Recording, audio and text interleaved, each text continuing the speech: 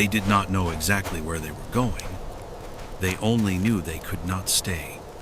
Behind them, the old valley was silent, its rivers shrinking, its game disappearing, its skies no longer kind.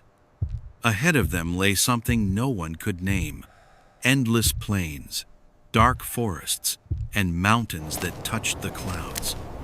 Men carried what little they could. Women held the hands of children who had never walked this far before. The elders walked last, whispering prayers to the wind. This was not just a journey of feet and horses. It was a journey of memory, fear, and hope.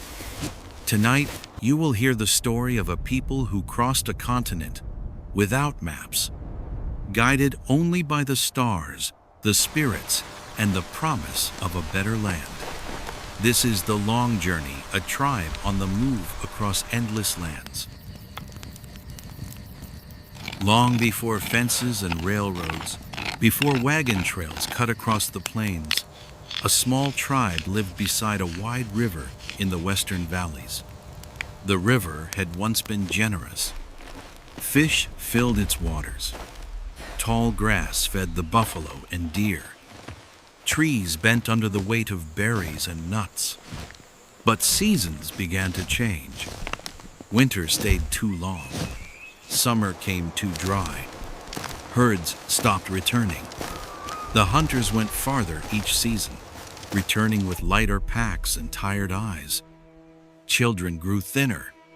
The old stories spoke of a time when the land had tested them before, and how their ancestors had moved when the spirits warned them.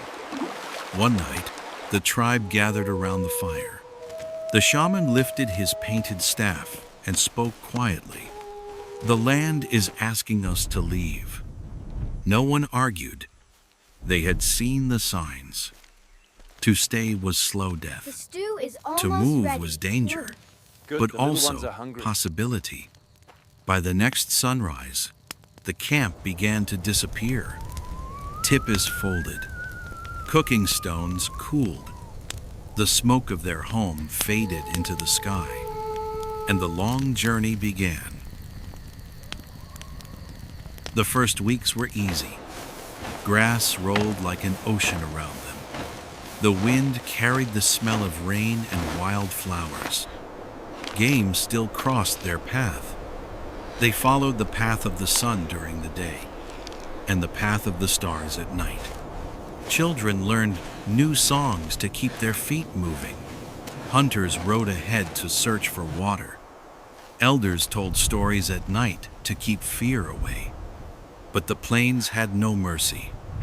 Storms came without warning. Lightning split the sky like a giant spear. Cold rain soaked their hides and blankets. When one of the youngest children fell ill, the tribe stopped for 3 days. The mother feared the spirits were angry. The shaman burned sage and said, "The spirits are not angry. They are teaching us how far we are willing to walk for life." On the 4th day, the child stood again. They moved on. Beyond the plains rose a forest so thick that sunlight barely touched the ground. Trees grew like walls.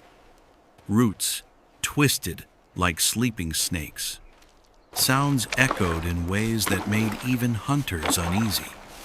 Here, they no longer saw the sky clearly. They moved slowly, cutting narrow paths. Smoke could not rise freely, so fires were kept small. Food became harder to find. At night, strange cries floated through the trees.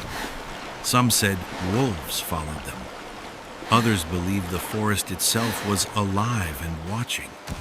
One evening, a hunter did not return. They searched until dawn.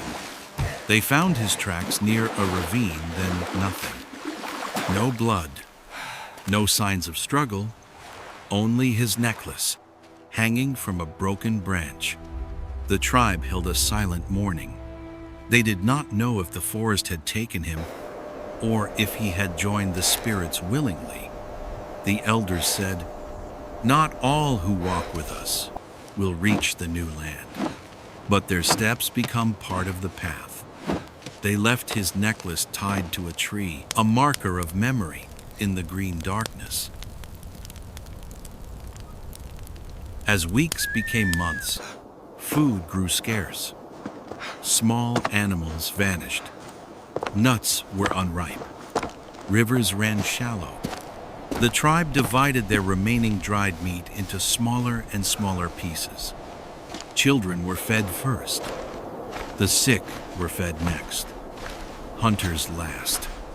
One night, a young warrior stood up by the fire. "How do we know there is another land?" he asked. "Perhaps we walk only in circles." Silence fell. The shaman looked into the flames. "Faith is not knowing," he said. "Faith is walking anyway." The next day, the tribe found a herd of antelope moving north. They followed. That hunt saved them, and the young warrior never questioned again. At last, they reached a river wider than any they had known. Its waters were dark and fast. Mist hovered above it like breath from a giant's mouth. They stood on its bank in fear. Some could swim, others could not. Children clung to their mothers. They built rafts from fallen trees and tied them with rope made of hide. The crossing took 2 days. One raft broke free and spun downstream. A man jumped into the water after it and was lost in the current. His wife watched in silence as the river carried both raft and man into distance. That night, the tribe sang for him. The river had taken its payment, but they were across, and the land beyond felt different. Pull that side tighter, sister. Beyond the river rose Yes, hold it there mountains, while I take tall, this down. gray, and sharp against the sky. Snow clung to their upper sides even in summer. The air grew thin. Breath became heavy. Paths narrowed to cliffs where one wrong step meant falling forever. Children were carried. The weak leaned on staffs. Wind screamed through stone corridors like voices of ancient spirits. At the highest pass, they stopped. Before them spread a wide valley, green and shining in sunlight. Water flowed freely. Animals moved in herds. Smoke from distant fires showed signs of other people, but far away. The tribe knelt. They had crossed plains, forests, rivers, and mountains. The long journey was ending. They settled near a lake where birds gathered and fish filled the shallows. Tippis rose again. Fires burned stronger. Children ran without fear of hunger. They named the place the land where the spirits rest. The shaman planted his staff in the earth and said, "Remember the path that brought us here. Our children must know the road behind them, so they will never forget who they are." And so the story was passed down, not as a tale of suffering, but as a tale of movement, a tale of choosing life over comfort, hope over fear, tomorrow over yesterday.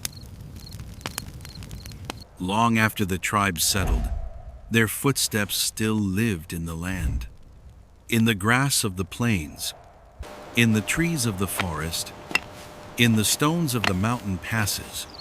Their journey became legend, not because they were warriors, not because they conquered anyone, but because they listened to the wind, See here, to the deer stars, pass this way and just to the after quiet rain. voice We inside follow that this said, trail. "Walk." And so, when the Wild West would one day be filled with railroads and gunfire and cities of dust, this older story remained beneath it all. A story of people who moved not for gold, but for survival and spirit. This was not the journey of one tribe, it was the journey of many. And in their footsteps lies the first road across the West.